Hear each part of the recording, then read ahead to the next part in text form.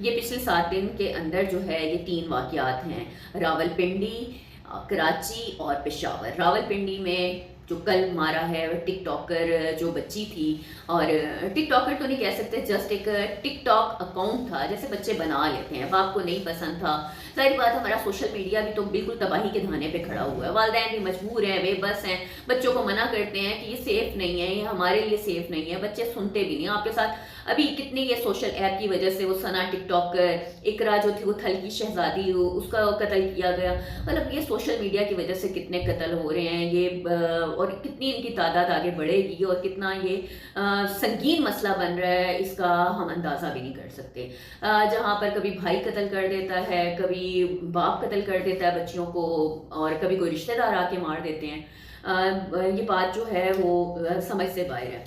ٹک talk account بنانا اور کوئی اتنا بڑا ایشو نہیں تھا، سارے ہی گھر میں آج کل بچوں کو شوق ہوتا ہے ریلز کا، آپ بچوں کو سے پیار سے بھی آپ کر سکتے ہیں، پیار سے ان سے بات چیت کر سکتے ہیں۔ اب اس کا کوئی حل تو نہ ہوا، بچی 16 سال کی، 15 سال کی میٹرک کی طالبہ تھی، جان سے چلی گئی، باپ کو گرفتار کر لیا گیا، پورا گھر تباہ ہو گیا اس سوشل میڈیا کی وجہ سے۔ لوگ پسند بھی نہیں کرتے، لیکن اب کیا کریں کہ موبائل گھر گھر کے اندر ہے۔ آپ اپنے 10 بچے ہیں، آپ 10 بچوں کو موبائل دیتے ہیں، آپ کا بچہ بھی 1 سال کا ہوتا ہے تو آپ اس کو اتنا اس کا عادی کر دیتے ہیں کہ وہ اس کے بغیر رہتا ہی نہیں ہے۔ آپ لوگ خود پہلے بچوں کو اس چیز کا عادی بناتے ہیں۔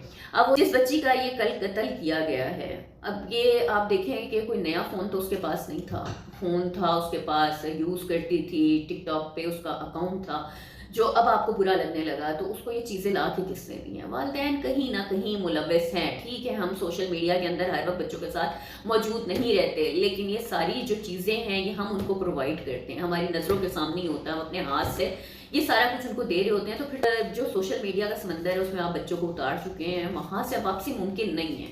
اس میں یہ جھوٹی غیرت کے نام پہ اپنی بچیوں کو، اپنی بہنوں کو اس طرح قتل مت کریں۔ تھوڑا سا اب ہمارے اپنے مائنڈ سیٹ کو چینج ہونا پڑے گا، ہمیں تھوڑا چینج ہونا پڑے گا۔ اب اتنے کنزرویٹو مت ہوں کہ آپ ٹک ٹاک اکاؤنٹ بنانے پہ آپ نے بچی کی جان لے لی۔